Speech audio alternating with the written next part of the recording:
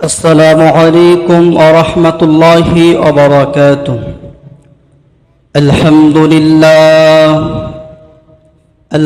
لله رب العالمين والعاقبة للمتقين والصلاة والسلام على أشرف الأنبياء والمرسلين وعلى آله وأصحابه أجمعين.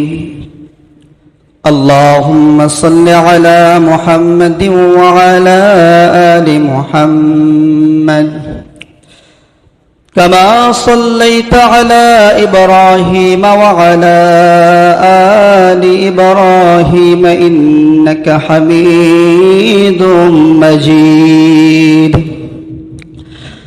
اللهم بارك على محمد وعلى آل محمد كما باركت على إبراهيم وعلى آل إبراهيم إنك حميد مجيد.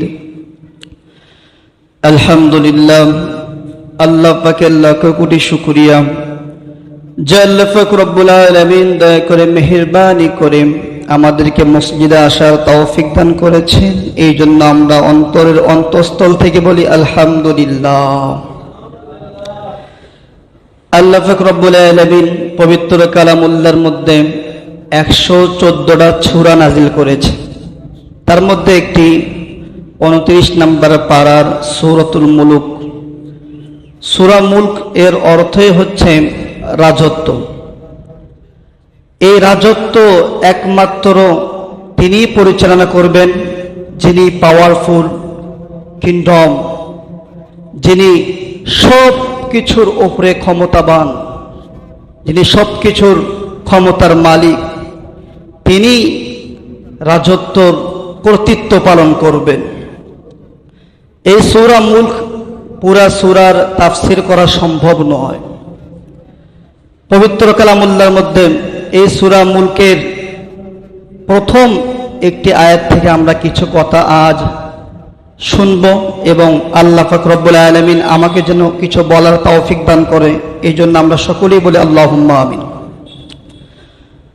আল্লাহ পাক রব্বুল আলামিন পবিত্র সূরা মুলকের মধ্যে প্রথম নম্বর আয়াতে আল্লাহ বলেন তাবারাকাল্লাযী বিয়াদিহিল মুলক ওয়া হুয়া আলা কুল্লি শাইইন কাদির।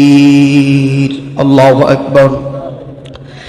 তাবারাকাল্লাযী বিয়াদিহিল মুলক, বরকতময় এই সত্তা, বিয়াদিহিল মুলক, যার হাতে পুরা পৃথিবীর কর্তৃত্ব চলে, সবকিছুর ক্ষমতাবান একমাত্র আল্লাহ। বিয়াদিহিল মুলক ওয়া হুয়া আলা কুল্লি শাইইন কাদির, সবকিছুর উপর তিনি ক্ষমতা রাখেন। এই বিশ্বাসটা যদি আমাদের মধ্যে থাকে, এই সমাজের মধ্যে যত অন্যায় কাজ আছে সবগুলো বন্ধ হয়ে যাবে। আমাদের বিশ্বাসটা এই জায়গায় কমতে থাকার কারণে মানুষ পদে পদে পড়তে পড়তে আজ মানুষ বিপদে পড়ছে। কথা বলেন ঠিক কিনা? এই সূরাটা কেমন সূরা? হযরত জাবের রাদিয়াল্লাহু তাআলা আনহু বলেন, আল্লাহ রাসূল তিনি বলেছেন, জাবের রাদিয়াল্লাহু তাআলা আনহুর সামনে যখন আল্লাহ রাসূল বর্ণনা করে দিচ্ছেন, তখন আল্লাহ রাসূল বললেন, আমি প্রত্যেকদিন রাত্রেবেলা ঘুমানোর সময় অবশ্যই সূরা মুলক পড়ি। আমি যেহেতু পড়ি, আমার উম্মতদেরকেও পড়ার জন্য আমি উৎসাহিত করে গেলাম। আল্লাহ রাসূল সর্ব অবস্থায় রাত্রেবেলা ঈশার নামাজের পরে ঘুমানোর আগে এই সূরাটা পড়ে তারপর ঘুম যেতেন এবং উম্মতদেরকেও এই সূরাটা প্রত্যেক রাত্রে পড়ে ঘুমানোর জন্য আদেশ দিলেন। আল্লাহ রাসূল আরো বলেন, যে ব্যক্তি এই সূরা পড়বে কবরে যাওয়ার সঙ্গে সঙ্গে কবরের মাটি যখন চাপ দিতে আসবে তখন এই সূরাটা দাঁড়িয়ে যাবে। তার মানে যে ব্যক্তি এই সূরাটা প্রত্যেকদিন ইশার নামাজের পরে পড়বে, আল্লাহ পাক রব্বুল আলামিন তাকে কবরের আযাব থেকে হেফাজত করবে। আরো এই সূরার অনেক ফজিলত আল্লাহ রাসূল বর্ণনা করেছে। এই জন্য এই সূরাটা ইশা নামাজের পরে ঘুমানোর পূর্বে এই সূরাটা দৈনন্দিন পড়তে হবে।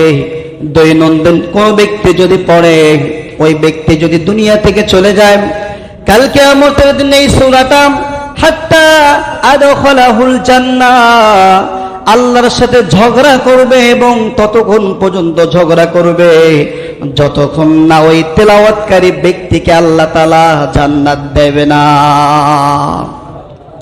এটা হচ্ছে সেই সূরা। এই জন্য আমাদের প্রত্যেকের জায়গা থেকে সারা নামাজের পরে সূরা মুলুক অবশ্যই পড়তে হবে, কেননা আমরা দুনিয়াতে আসছি একমাত্র জান্নাত পাওয়ার জন্য, জাহান্নাম থেকে বাঁচার জন্য। কথা বলেন ঠিক কিনা? এই জন্য কোরআন হাদিসের সাথে সম্পর্ক আমাদেরকে রাখতে হবে। সূরা মুলুক, এই সূরার মধ্যে আল্লাহ তাআলা 30টি আয়াত নাজিল করেছে এবং এই সূরা নাজিল করার পরে আল্লাহ তাআলা তার শক্তিকে এই সূরার মধ্যে সংক্ষিপ্তভাবে প্রমাণ করেছে। বিশেষ করে যারা নাস্তিক আছে, যারা আল্লাহকে বিশ্বাস করে না, যারা নিজের ক্ষমতাকে অপব্যবহার করে, তারা মনে করে সব ক্ষমতার মালিক আমরা, তাদের জন্য এই সূরা নাজিল হয়েছে। আমরা শুধু নাস্তিক মানে বুঝি যারা আল্লাহকে অস্বীকার করে, কিন্তু নাস্তিক আমরা যারা মুসলমান দাবি করি আমাদের মধ্যেও থাকতে পারে। কথা বলেন ঠিক কিনা? ভোটের আগে আমরা সকলেই শুনি সব ক্ষমতার মালিক জনগণ, এরকম বলে কি বলে না? সব ক্ষমতার মালিক জনগণ কিভাবে হবে? সব ক্ষমতার মালিক একমাত্র আমার আল্লাহ। সব ক্ষমতার মালিক যারা জনগণ বলে তারা সুবিধাবাদী, তারা মুসলমান নয়, তারা টাটকা মুনাফিক। কথা বলেন ঠিক কিনা? সব ক্ষমতার মালিক, এটা সবচেয়ে বড় কবিরা গুনাহ, সবচেয়ে শিরকি কথা। সব ক্ষমতার মালিক জনগণ হতে পারে না, সব ক্ষমতার মালিক আল্লাহ, তিনি সব ক্ষমতার মালিক হন। এই জন্য সূরাতুল বুরুজের 16 নম্বর আয়াতে আল্লাহ বলেন ফাআলুল লিমা ইউরিদ।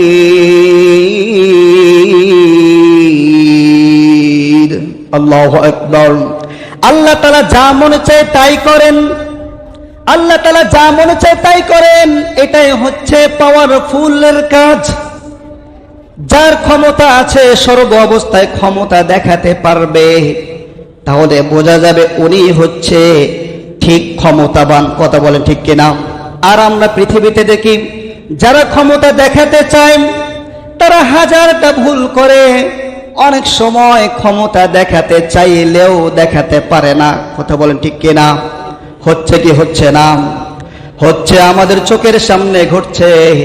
এই জন্য দুনিয়াতে বাস্তবে যা কিছু ঘটে তা থেকে আমাদেরকে শিক্ষা গ্রহণ করতে হবে। সব ক্ষমতার মালিক আল্লাহ। আমরা যদি কোনো ক্ষমতার অপব্যবহার যদি করতে চাই তাহলে আল্লাহ তাআলা ধরে ধরে না, ধরলে কিন্তু ছাড়বে না। কথা বলেন ঠিক কিনা? এই জন্য আমাদের সবাইকে সতর্ক থাকতে হবে।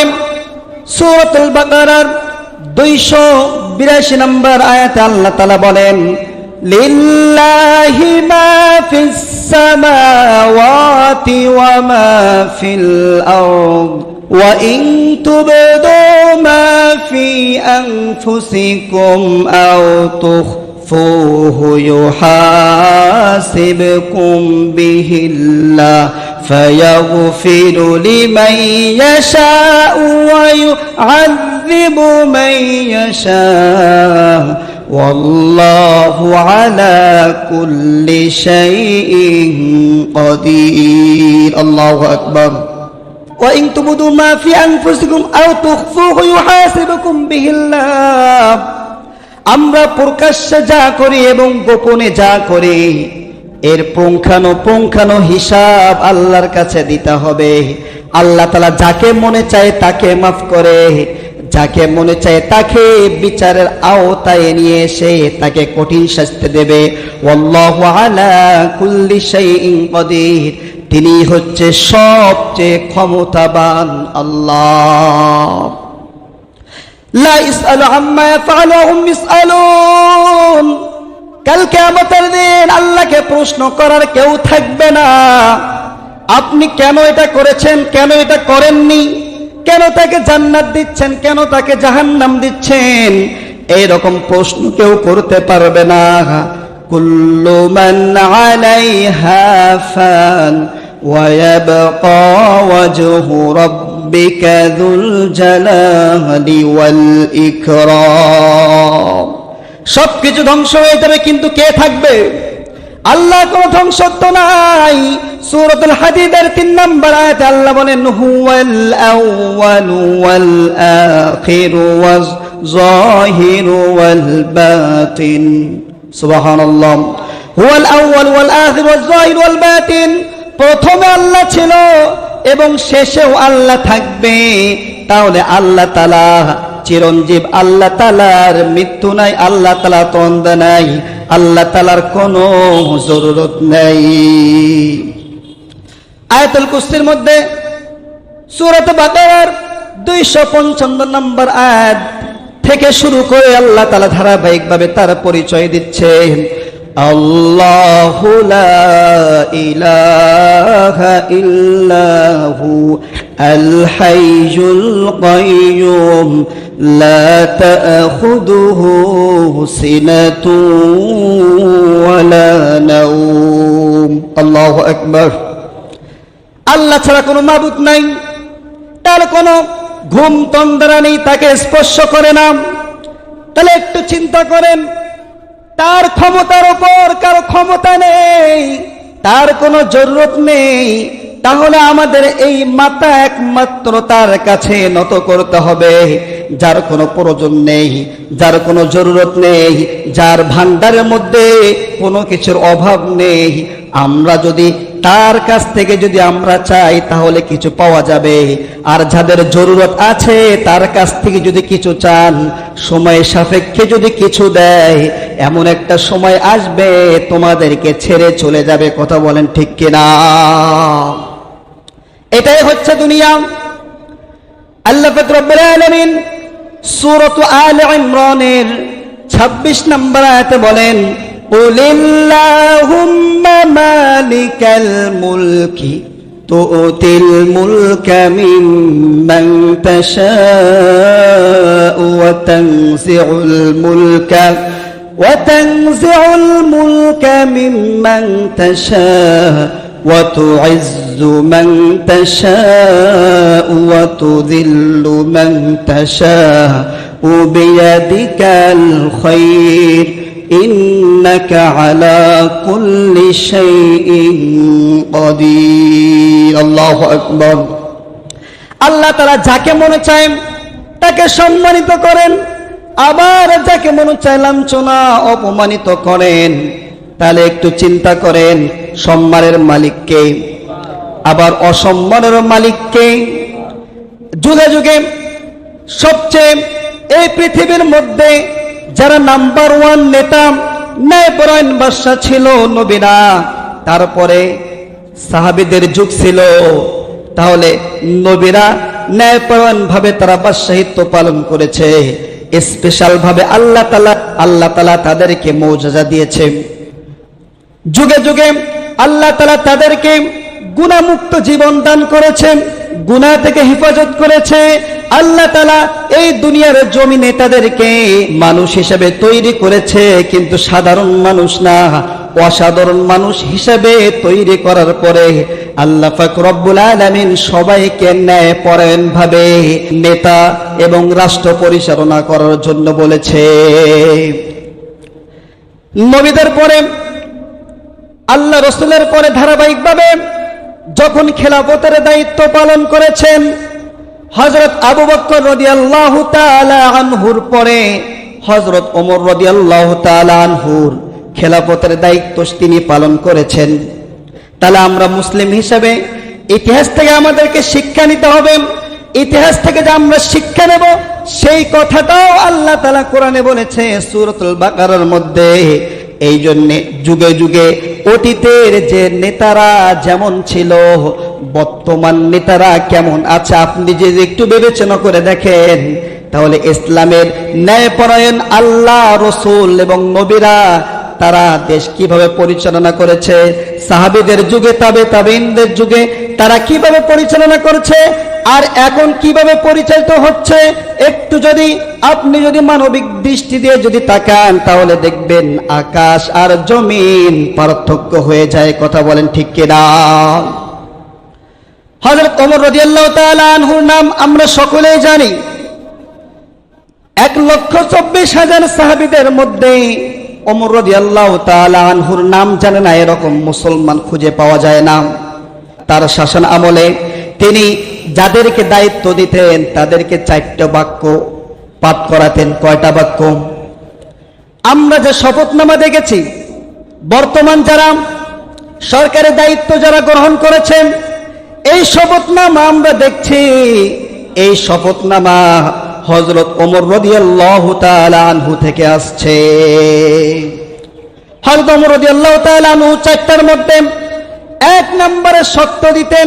সেই সময় তো গাড়ি বাড়ি ছিল না, সেই সময় তো যানবাহনের মাধ্যম একমাত্র ছিল উট। এখন বর্তমান অনেক নামি দামি গাড়ি আছে কি নাই? তখন ওমর রাদিয়াল্লাহু তাআলা আনহু সেই সময় 4টা শপথ বাক্য পড়াইয়া সাহাবীদেরকে দায়িত্ব দিতেন। 1 নম্বরে বাহন যেন তোমার রাজ্যের সবচেয়ে দামি বাহন যেন না হয়, সাধারণ মানুষ যে বাহনের মধ্যে চড়ে সেই বাহনের মধ্যেও তুমিও চড়বে। 1 নম্বর শর্ত দিয়েছে। 2 নম্বর শর্ত দিয়েছে কাপড়, তোমার পোশাক, তোমার পরিচ্ছন্নতা, অবশ্যই তুমি পরিচ্ছন্নতা হবে, কেননা আত-তুহুর শাতরুল ঈমান, পবিত্রতা ঈমানের অঙ্গ। কিন্তু তোমার পোশাক যেন সাধারণ মানুষের থেকে যেন দামি যেন না হয়। 3 নম্বর শর্ত দিয়েছেন, দামি খাবার তুমি খাবে না। তোমার রাজ্যের মধ্যে সবচেয়ে দরিদ্র ব্যক্তি যে খাবারটা খায় সেই খাবারটা তুমি খাবে। তাহলে একটু চিন্তা করেন, এই শর্তগুলোর দিকে একটু যদি খেয়াল করা যায় 3 নম্বর শর্তটা কতটা গুরুত্বপূর্ণ। 4 নম্বর শর্ত, তোমার দরজার মধ্যে কোনো দারোয়ান থাকবে না, কেননা তুমি জনগণের সেবক।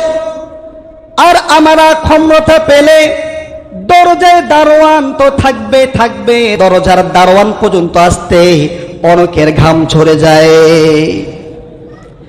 তাহলে একটু চিন্তা করেন, ওমর রাদিয়াল্লাহু তাআলা আনহুর খেলাফতের সময় 4টি শর্ত দিয়েছেন। 1 নম্বরে বাহন, কোন ক্ষমতাবান ব্যক্তি যদি সাধারণ মানুষের মধ্যে চলাফেরা করে, এসি গাড়ির মধ্যে যদি না বসে, সাধারণ মানুষের মধ্যে গাড়ির মধ্যে লোকাল বাসে বসে যদি চলাচল করে, তাহলে জনগণের কষ্টটা বুঝতে পারবে। আর কষ্টটা বোঝার কারণে জনগণের কষ্টটা দূর করার জন্য তার জন্য সহজ হয়ে যাবে। কথা বলেন ঠিক কিনা? আর যে ব্যক্তি এসি গাড়িতে সবসময় চড়া অভ্যস্ত, সে তো সাধারণ গাড়ি, লোকাল গাড়িতে যে মানুষ কত কষ্ট করে সেটা তার বুঝে আসবে না। এখন আপনাদের প্রশ্ন হতে পারে, উনি তো ক্ষমতাবান, উনি তো সরকার, উনি তো এমপি মন্ত্রী, উনি তো চেয়ারম্যান। হযরত ওমর রাদিয়াল্লাহু তাআলা আনহু উনি কি ছোট বাদশা ছিল? উনিও বড় বাদশা ছিল। ওই সময় অর্ধ জাহান শাসন করেছে এবং 1036টা শহর তিনি বিজয় করেছে। সুবহানাল্লাহ বলবেন না? তার শাসনকাল মাত্র তিনি 10 বছর 6 মাস দায়িত্ব পালন করেছে, অর্থাৎ 10.5 বছর দায়িত্ব পালন করে 1036টা শহর তিনি বিজয় লাভ করেছে। এত বিজয় কেন হয়েছে? তার তাওয়াক্কুল ছিল কার উপর? আল্লাহর উপর তাওয়াক্কুল করে তিনি এই বিজয়গুলোর মধ্যে অংশগ্রহণ করেছেন। আর একটা কথা মনে রাখবেন, আল্লাহর সাহায্য যদি না থাকে তাহলে কোনো বিজয় মুসলমানের জন্য সম্ভব নয়। এটা কি আমার কথা? সূরাতুন নাসরের মধ্যে আল্লাহ বলেন, ইযা জাআ নাসরুল্লাহি ওয়াল ফাth ওয়া রাআইতান নাসা ইয়াদখুলুনা ফি দীনিল্লাহি আফওয়াজা। ইযা জা, যখন আসবে নাসরুল্লাহ, আল্লাহর সাহায্য, ওয়াল ফাth, তখনই বিজয় হবে। তার মানে আমরা যে বিজয় পেয়েছি 5 আগস্ট 8 মাসে যে বিজয়টা আমরা পেয়েছি, তাহলে এই বিজয়ের মধ্যেও কার সাহায্য আছে? আল্লাহর সাহায্য যদি না আসতো তাহলে এই বিজয় আমাদের পাওয়া সম্ভব হতো না। এখন অনেকের প্রশ্ন হতে পারে, বিজয় কিভাবে হলো? বিজয় এইভাবে হয়েছে, দীর্ঘ 16 বছর এই মিম্বরগুলো, এই মিম্বরের খতিবদের মুখে তালা লাগিয়ে দেওয়া হয়েছিল। আয়ের হারাম মুনাফিক, একটু চিন্তা করলি না? ইন্না বাতাসা রাব্বিকা লাশাদীদ, আল্লাহ তাআলা ধরা বড়ই ধরা। আল্লাহ তাআলা অবশ্যই ধরেন যারা জুলুম করে এবং যারা আত্মীয়তা সম্পর্ক ছিন্ন করে। এই 2 ব্যক্তির শাস্তি আল্লাহ তাআলা দুনিয়া থেকে শুরু করে। ক্ষমতা পেয়ে বড় বড় আল্লাহ আমাদেরকে, তোমরা নির্যাতন করেছ বছরের পর বছর, পরিকল্পনা করে আল্লামা দেলোয়ার হোসেন সাঈদীকে তোমরা মেরেছো। এটা এখন প্রমাণ হয়েছে, কথা বলেন ঠিক কিনা? স্পষ্ট ভাষায় বলতে চাই, আল্লামা দেলোয়ার হোসেনকে মারার কারণে, লক্ষ লক্ষ আলেমদের চোখের পানি বাংলার জমিনে ফেলার কারণে শেষ সময় তোমাদেরকে এমন ভাবে বিদায় নিতে হয়েছে, সামনের দরজা দিয়ে পলায়ন করার সুযোগ তোমাদের হয় নাই, পেছনের দরজা দিয়ে তোমাদেরকে পলায়ন করতে হয়েছে। কথা বলেন ঠিক কিনা? এই জন্য বলতে চাই, যারাই জুলুম করবে এবং যারাই নিশ্চুপ থাকবে জুলুম দেখে, 2 জনের জুলুমকারী হিসেবে কাল কিয়ামতের দিন আল্লাহর সামনে দাঁড়াবে। কথা বলেন ঠিক কিনা? এরকম যদি না হতো তাহলে ইয়াজিদকে আমরা মুমিন বলতাম। ইয়াজিদ তো আল্লাহ রাসূলের পরিবারকে শহীদ করে নাই, কিন্তু ওই সময় সে জুলুমকে দেখে ওবাইদুল্লাহ বিন জিয়াদ তার সেনাপতি হোসাইন রাদিয়াল্লাহু তাআলা আনহু পরিবারকে ধ্বংস করার কারণে তখন ইয়াজিদ কিছু না বলেছে, কিছু বলে নাই, সে চুপ করে থেকেছে। এই চুপ করে থাকার কারণে সে ফাসেক হয়েছে। কথা বলেন ঠিক কিনা?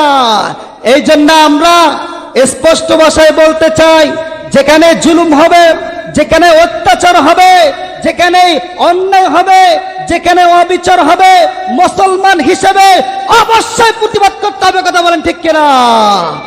সূরা আলে ইমরানের মধ্যে আল্লাহ তাআলা বলেন, কুনতুম খায়রা উম্মাতিন উখরিজাত লিন-নাসি তা'মুরুনা বিল মা'রুফি ওয়া তানহাউনা 'আনিল মুনকার। আল্লাহু আকবার। আল্লাহ তাআলা বলেন, তোমরা উত্তম জাতি হবে যদি 2টা গুণ তোমাদের মধ্যে থাকে। কয়টা গুণ? 1 নম্বর হচ্ছে সৎ কাজের আদেশ করবে, 2 নম্বর অসৎ কাজে বাধা প্রদান করবে। সৎ কাজের আদেশ করো যদি তোমার মধ্যে ঈমান থাকে, অসৎ কাজে বাধা প্রদান করো। আর এমন ভাবে যদি জিম্মি থাকতে হয়, সৎ কাজের আদেশ করতে পারো না, অসৎ কাজে বাধা প্রদান করো না, তাহলে ওই রকম চাকরি ছেড়ে দিয়ে চলে আসো। কথা বলেন ঠিক কিনা? কেননা মানুষকে দুনিয়াতে আমি সন্তুষ্ট করব, অন্যায় করব, অবিচার করব। এই দুনিয়ার অস্থায়ী জীবনে মানুষকে খুশি করার জন্য, আমি নিজে ভালো থাকার জন্য আমার চিরস্থায়ী জান্নাতকে আমি হারাতে চাই না। কথা বলেন ঠিক কিনা? এই জন্য আমি স্পষ্ট ভাষায় বলতে চাই, যে ব্যক্তি জুলুম করবে, ইন্নাহু লা ইফলিহুজ জালিমুন, সে ব্যক্তি কোনোদিনও সফল হবে না। এবং যে জুলুম করবে ওই জুলুমটা তার দিকে ফিরে আসবে। কথা বলেন ঠিক কিনা? আমরা দেখেছি বাংলাদেশের ইতিহাসে 300 সদস্য এভাবে বাংলাদেশ থেকে পলায়ন করবে, আমরা ইতিহাসের পাতায় আমরা দেখি নাই। এমন ভাবে পলায়ন তারা করছে। বাংলাদেশের তারা নাকি ছিল আইনমন্ত্রী আনিসুল হক, এবং তারা প্রধান উপদেষ্টা ছিল। তো এরকম নেতারা তারা পদ্মা নদীর মাঝি হয়েছে, তাও কিভাবে আল্লাহ রসুলের সুন্নতকে বিনষ্ট করে, আল্লাহ রসুলের সুন্নতকে কেটে ফেলে তারা এই বাংলাদেশ থেকে পলায়ন করার চেষ্টা করেছে। কথা বলেন ঠিক কিনা? কিন্তু আল্লাহ তাআলা জুলুমকারীদের কখনো ছাড় দেন না, এবং কোরআনের পাখি বলে গিয়েছে, আল্লামা দেলোয়ার হোসেন সাঈদী চট্টগ্রাম প্যালেট ময়দানে তিনি এই কথাটা উচ্চ স্বরে বলে গিয়েছিল যে যারা আজ জুলুম করছো, এমন একটা সময় চলে আসবে, অপেক্ষা করো, তোমরা পালানোর জন্য এন্দুরের গর্তও খুঁজে পাবে না। কথা বলেন ঠিক কিনা? আজকে সেই কথাটাই সত্যি হয়েছে, এবং আমরা দেখছি মাহবুবুল হক হানিফ তারা পুরুষ হয়ে বোরকা পরে বাংলাদেশ থেকে পালানোর চেষ্টা করেছে। কথা বলেন ঠিক কিনা? তারপরে তাদের মুক্তি হয় নাই। কথা বলেন ঠিক কিনা? এটা একমাত্র কোরআন হাদিস সত্য, এই জন্য তারা পালানোর চেষ্টা করার পরও বিফল হয়েছে। কথা বলেন ঠিক কিনা? এই জন্য আমরা সবকিছু আমাদের সামনে চক্ষাস প্রমাণ, আমাদের সামনে বর্তমান সময়ে বাস্তবতার সাথে অবশ্যই কথা বলতে হবে। চাকরি গেলে চাকরি পাওয়া যাবে, ইমান হারালে ইমান পাওয়া যাবে না। কথা বলেন ঠিক কিনা? যেমন আমাদের পার্শ্ববর্তী ইন্ডিয়া, তাদের জনবল বেশি থাকতে পারে, তাদের পারমাণবিক বোমা থাকতে পারে, তাদের শক্তি থাকতে পারে, কিন্তু আমাদের সবকিছু আমাদের যদি কমতি থাকে, কিন্তু আমাদের একটা ইনশাল্লাহ বেশি আছে, সেটা হচ্ছে ইমান। কথা বলেন ঠিক কিনা? আর আমরা ইমানের বলে তাদের সাথে লড়বো। এই জন্য স্পষ্ট ভাষায় বলতে চাই, যা কিছু হয়েছে এ যাবতে আমরা দেখছি, ইন্ডিয়ায় যেমন ত্রিপুরার বাঁধ খুলে দেওয়া হয়েছে, বর্তমান প্রেক্ষাপটে কথা বলার দরকার আছে কি নাই? অনেকজনের স্মার্টফোন নাই, তাদেরকে জানতে হবে না? অনেক জায়গায় বলে হুজুর আপনি হিকমত দিয়ে কথা বলেন। বর্তমান হিকমতের নামে আওয়ামী লীগ সরকার থাকা অবস্থায় 16 বছরে হিকমতের নামে খতিবদের জবান বন্ধ করাও দেওয়া হয়েছে। কথা বলেন ঠিক কিনা? কিসের হিকমত? আল্লাহ রসুলের সময় কোন পার্লামেন্ট ছিল না, আল্লাহ রসুলের সময় এই মিম্বার থেকে আল্লাহ রসুল পুরো দেশ শাসন করেছে। কথা বলেন ঠিক কিনা? এই জন্যই মিম্বরে হক কথা বলতে হবে। চাকরি থাকলে থাক, চাকরি গেলে যাক, চাকরি গেলে চাকরি পাওয়া যাবে, কিন্তু ইমান গেলে ইমান পাওয়া যাবে না। কথা বলেন ঠিক কিনা? যারা হিকমতের নামে কথা বলে না, আজ তারা সাধারণ পাবলিক তো গালি দিচ্ছে, এবং পরকালে তোমরা আল্লাহর আযাবের ভয়াবহতা তোমরা অপেক্ষা করো। কথা বলেন ঠিক কিনা? এই জন্য স্পষ্টভাবে বলতে চাই, ত্রিপুরা বাঁধ যেমন খুলে দিয়েছে, এবং তিস্তা নদীর পানি যখন উত্তরবঙ্গে তারা ছেড়ে দিয়েছে, এই যারা আমাদের ভাই বোনদের উপর আক্রমণ করেছে, যেভাবে হোক আমরা পার্শ্ববর্তী দেশদের বিরুদ্ধে আমরা দাঁড়াবো। আমাদের যতটুকু ক্ষমতা আছে আমরা সকলের পক্ষ থেকে আমরা জানাতে চাই, 24 ঘন্টার মধ্যে এই গ্যাসের লাইন বন্ধ করে দেওয়া হোক। কথা বলেন ঠিক কিনা? এবং ইন্ডিয়ার যত প্রোডাক্ট আছে আমরা আস্তে আস্তে ইসরায়েলদের মতো আমরা বয়কট করতে চাই। এই জন্যে তাদের সাথে আমাদের বন্ধুত্ব করা যাবে। এবং এটাকে আমার কথা, সূরাতুল মাইদার আল্লাহ তাআলা এ সুন্দরভাবে ইরশাদ করে দিয়েছেন, ইয়া আইয়ুহাল্লাযীনা আমানু লা তাত্তাখিযুল ইয়াহুদা ওয়ান নাসারা, যাদের ঈমান নেই তাদের সাথে তোমরা বন্ধুত্ব করিও না, কেননা তোমাদেরকে তারা ক্ষতি করবে, যে কোনো চক্রান্ত করে তোমাদের কি করবে? ক্ষতি করবে। এই জন্য আমাদের জায়গা থেকে আমরা যতটুকু পারি তাদেরকে সহযোগিতা করব। শেষ পর্যায়ে যদি আমরা না পারি, কমসে কম আমরা তাদের জন্য দোয়া করব। কথা বলেন ঠিক কিনা? এই জন্য আমরা চোখ কান খোলা রাখবো, চোখ কান খোলা রাখবো। যেখানে অন্যায় হবে, যেখানে অত্যাচার হবে, ফালইয়াগাইয়ির বিয়াদিহি, যদি সমর্থ থাকে হাত দিয়ে পরিবর্তন করব। ফাবিলিসানিহি কলবিহি, যদি সমর্থ, যদি হাত দিয়ে, যদি সমর্থ যদি না থাকে পরিবর্তন করার, তাহলে জবান দিয়ে পরিবর্তন করব। যদি জবান দিয়ে যদি পরিবর্তন যদি করতে না পারি, ফাবিলিসানিহি কলবিহি, তখন আমরা অন্তর দিয়ে তাদেরকে ঘৃণা করব। এতটুকু তো পারবো। এই তিনটার মধ্যে যদি না থাকে, তাহলে আল্লাহ রাসূল বলেছে সে টাটকা মুনাফিক। আর যদি তিনটার মধ্যে শেষেরটাও যদি থাকে, ফাবিলিসানিহি ফাবিকলবি, ফাবিকলবিও যদি আমাদের মধ্যে থাকে, তাহলে আল্লাহ রাসূল বলেছেন ওয়াযালিকা আযহাফুল ঈমান, ওই ব্যক্তিটা দুর্বল ঈমানদার। এই জন্য আমাদের জায়গা থেকে আমরা করব। তাহলে যে বিষয়টা বলছিলাম, হযরত ওমর রাদিয়াল্লাহু তাআলা আনহুর খেলাফতের সময় আসাদুহুম ফি আমরিল্লাহি ওমর রাদিয়াল্লাহু তাআলা আনহু খেলাফতের সময় তার দায়িত্ব পালন করার ক্ষেত্রে তিনি অনড় ছিল। তিনি আল্লাহকে শুধু ভয় করেছে, এই পৃথিবীর জমিনে কাউকে ভয় করে নাই বিধায় ওমর রাদিয়াল্লাহু তাআলা আনহুর নামটা ইতিহাসের পাতায় স্বর্ণ করে লেখা আছে। কথা বলেন ঠিক কিনা? ওমর রাদিয়াল্লাহু তাআলা আনহুর সময় ইরাক থেকে একদল সফর আসলো। কিছু ব্যক্তি এসে ওমর রাদিয়াল্লাহু তাআলা আনহুকে খুঁজতে লাগলো। সে সময় আহনাফ ইবনে কাইস রাদিয়াল্লাহু তাআলা আনহুকে এসে জিজ্ঞাসা করলো, তোমাদের আমিরুল মুমিনকে অর্ধজাহানের শাসন করতাম। তখন সবাই এক বাক্যে বলতে লাগলো, আমাদের আমিরুল মুমিন হযরত ওমর রাদিয়াল্লাহু তাআলা আনহু তিনি এখন মরুভূমিতে অবস্থান করছেন। তখন আহনাফ ইবনে কাইস রাদিয়াল্লাহু তাআলা আনহু ওই ইরাক থেকে মেহমানদেরকে নিয়ে যখন মরুভূমি এলাকার মধ্যে চলে গেল, যাওয়ার পরে সবাই খেয়াল করলো যে তোমার বাদশার গেটআপটা দেখে তো মনে হয় না যে উনি অর্ধজাহানের শাসন করতাম। তখন আহনাফ ইবনে কাইস রাদিয়াল্লাহু তাআলা আনহু বলতে লাগলো, তোমরা ভুল বলছো, তোমরা যে দেখছো উনি হচ্ছে আমাদের বাদশাহ। তখন গিয়ে জিজ্ঞাসা করলো ইরাক থেকে আসা মুসাফিররা, যে আপনি অর্ধজাহানের শাসন করতে, আপনি সাধারণ মানুষের মতো, একজন রাখালের মতো আপনি উটগুলোর গায়ে ওষুধ লাগায় দিচ্ছেন, আপনার কি কর্মচারী নাই? তখন ওমর রাদিয়াল্লাহু তাআলা আনহু বলল, আমি সবচেয়ে বড় গোলাম, আর গোলামের কাজ গোলাম করছে। সুবহানাল্লাহ বলবেন না? গোলামের কাজ গোলাম করছে। ওমর রাদিয়াল্লাহু তাআলা আনহু ইসলাম গ্রহণ করার পূর্বে তিনি রাখাল ছিল, এই জন্য উটগুলোর সেবার মধ্যে তিনি লেগেছিলেন। তার একটু চিন্তা করেন, দো জাহানের বাদশা, তিনি দুনিয়াতে জান্নাতের সুসংবাদ পেয়েছেন, অর্ধজাহান শাসন করে, ওই ব্যক্তিটা মরুভূমি এলাকার মধ্যে উটের সেবা করছে, কর্মচারী দ্বারা করছে না।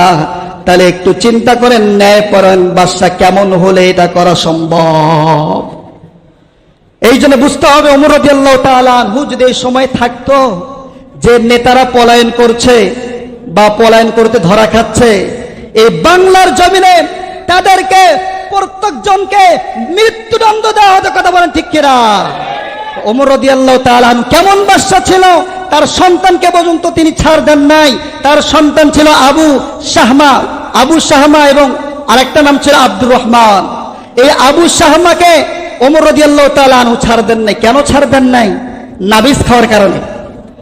মক্কা মদিনার মধ্যে একটা নাবিস আছে। নাবিসটা তৈরি কিভাবে হয় জানেন? দুধের মধ্যে কিছু খুরমা খেজুর দিলে 2-3 দিন অতিবাহিত হলে ওইটা আর নাবিস থাকে না, ওটা মদে পরিণত হয়ে যায়। কুল্লু মুস্কির খমরুন ওয়াকুল্লু মুস্কির, তার মানে কি নেশা জাতীয় জিনিস সবকিছু মদের মতো। নেশা জাতীয় জিনিস সবকিছু কিসের মতো? মদের মতো। কোরআনে তো মদের কথা আসছে, কোরআনে তো গাঞ্জার কথা আসেনি। এই জন্য আপনারা কি অনেকে বলবেন গাঞ্জা খাওয়া হালাল, গাঞ্জা খাওয়া হালাল নয়। এই জন্য কোরআনকে বুঝতে হলে হাদিস জানতে হবে। কথা বলেন ঠিক কিনা? এই জন্য যারা বলে আহলে কোরআন, তারা আহলে কোরআন নয়, তারা আহলে শয়তান। কথা বলেন ঠিক কিনা? এই জন্য কোরআন বুঝতে হলে হাদিস বুঝতে হবে। প্রত্যেক নেশা জাতীয় জিনিস মদের মতো। তার সন্তান নাবিস খেয়েছে, 3-4 দিন অতিবাহিত হয়েছে, ওটা মদে পরিণত হয়েছে। এই নাবিস খাওয়ার কারণে ওমর রাদিয়াল্লাহু তাআলা আনহুর কাছে ধরা খেয়েছে। ধরা খাওয়ার পরে তার নামে নালিশ হলো যে তাকে 80টা বেতের বাড়ি মারা হোক। ওমর রাদিয়াল্লাহু তাআলা আনহু সেই সময় জল্লাদকে বলে দিলেন, আমার সন্তানের বিচার হবে যেন কোনো পাশে যেন কম না হয়। সাহাবীরা ওই সময়ে যারা ছিল মনে মনে চিন্তা করল, তার সন্তানের বিচার করবে মনে হয় একটু কম ভাবে করবে, কেননা অন্যজন যদি অপরাধ করে তাকে 80টা বেতের বাড়ি মারে, তার সন্তান হিসেবে মনে হয় কম মারবে। ওমর রাদিয়াল্লাহু তাআলা আনহু জল্লাদকে বলে দিলেন কোনো কমতি যেন না হয়। জল্লাদ মারা শুরু করলো। ওমর রাদিয়াল্লাহু তাআলা আনহু এইটা দেখে পছন্দ হলো না। তখন ওমর রাদিয়াল্লাহু তাআলা আনহু নিজে হাতে চাবুক নিয়ে তার সন্তানকে আবু শাহমাকে 30টা বেতের বাড়ি যখন মেরে ফেলে, তখন তার ছেলে অজ্ঞান হয়ে যায়। তার স্ত্রী এসে তার স্বামীকে এসে বলেন, ও স্বামী, আমার সন্তানকে ছেড়ে দেন, আমার সন্তানকে আর মারবেন না, আপনি 30টা মেরেছেন, এই 30টা থেকে 80টা পর্যন্ত যতটা উট লাগে আমি ততটা উট আল্লাহ রাস্তায় দান করব, তারপর আপনি মাফ করেন। হযরত ওমর রাদিয়াল্লাহু তাআলা আনহু বললেন, না, আল্লাহ তাআলার আইন আমি অমান্য করতে পারি না। আল্লাহ তাআলা বলেছে দোষীকে তার উপযুক্ত শাস্তি দাও। আমি তোমার কথা শুনতে পারলাম না, এবং আমার সন্তান হলেও আমি আমার সন্তানের কথা এখানে শুনতে পারবো না, মায়া মহব্বত থাকতে পারে, কিন্তু আল্লাহর বিধানের কাছে ওমর নিজেকে বিসর্জন দিয়েছে। তখন তার সন্তানকে 50টা বাড়ি মারার কারণে দুনিয়া থেকে যখন মৃত্যুবরণ করে, রাসূলের সাহাবী হযরত ওমর রাদিয়াল্লাহু তাআলা আনহু সেই সময় অন্য সাহাবীদেরকে বললেন, তোমরা কাফন দাফন করো। কাফন দাফন করা শেষ করার পরে তার কবরের মধ্যে আর বাকি 30টা বাড়ি মারেন। তাহলে একটু চিন্তা করেন, 50টা মারার পরে সে মৃত্যুবরণ করেছে, আর বাকি 30টা তার কবরের উপরে মেরেছে। আর ওমর রাদিয়াল্লাহু তাআলা আনহু ওই সময় চোখের পানি ডুকরিয়ে চোখের পানি ফেললেন, আর আল্লাহকে বললেন, আল্লাহ, আমি চেষ্টা করেছি ন্যায়পরায়ণ ভাবে আমার শাসন করার জন্য, যদি কমতি থাকে আল্লাহ আমাকে মাফ করে দিও। তাহলে একটু চিন্তা করেন কতটা ন্যায়পরায়ণ বাদশা হলে এই কাজগুলো করতে পারে। আমাদের মসজিদের কমিটি আজকে গঠন হতে পারে। গত সপ্তাহে বলেছিলাম 1 মিনিটে সূরাত তাওবার 18 নম্বর আয়াত, ইন্নামা ইয়ামুরু মাসাজিদাল্লাহি মান আমানা বিল্লাহি ওয়াল ইয়াউমিল আখির ওয়া আকামাস সালাহ ওয়া আতাজ যাকাত ওয়া লাম ইয়াখশা ইল্লাল্লাহ। যেখানে আল্লাহ তাআলা মসজিদের কমিটির মধ্যে কারা কারা আসবে আল্লাহ তাআলা নিজে বলে দিয়েছে। আমরা সেই দিকে খেয়াল করে, যে ব্যক্তি ঈমান এনেছে, যে ব্যক্তি নামাজ পড়ে, যে ব্যক্তি যাকাত যদি দেওয়ার ক্ষমতা থাকে, যদি যাকাত দিতে পারে, আর একটা সবচেয়ে বড় গুণ থাকবে, সে আল্লাহকে ছাড়া কাউকে পরোয়া করবে না। এই 4টা গুণ যদি থাকে তাহলে তাকে মসজিদের দায়িত্বরত আপনি যে পদটা দিতে চান সেই পদটা দেন। মসজিদের সাথে সংশ্লিষ্ট 3 ব্যক্তিরা বেশিরভাগ কাজ করে। 1 নম্বর ব্যক্তিরা ইমাম মুয়াজ্জিন যারা দায়িত্বরত থাকে, 2 নম্বর যারা সভাপতি, সেক্রেটারি, ক্যাশিয়ার যারা থাকবে, এবং 3 নম্বর যারা সদস্য, যারা নামাজ পড়ে। এই 3 ব্যক্তিকে সততার পরিচয় দিতে হবে। ওয়ালাম ইয়াখশা ইল্লাল্লাহ, আল্লাহ ছাড়া কাউকে পরোয়া করা যাবে না। এই মসজিদে যারা অপকর্ম করবে, নিজের মন গড়া কথা বলবে, কাল কিয়ামতের দিন আসামির কাঠগড়ায় অবশ্যই দাঁড়াতে হবে। কথা বলেন ঠিক কিনা?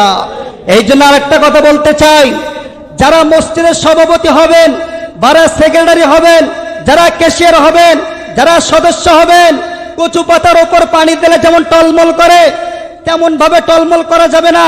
এই মিম্বার থেকে কোরআন হাদিস অনুযায়ী বর্তমান প্রেক্ষাপটে কথা বলা হবে।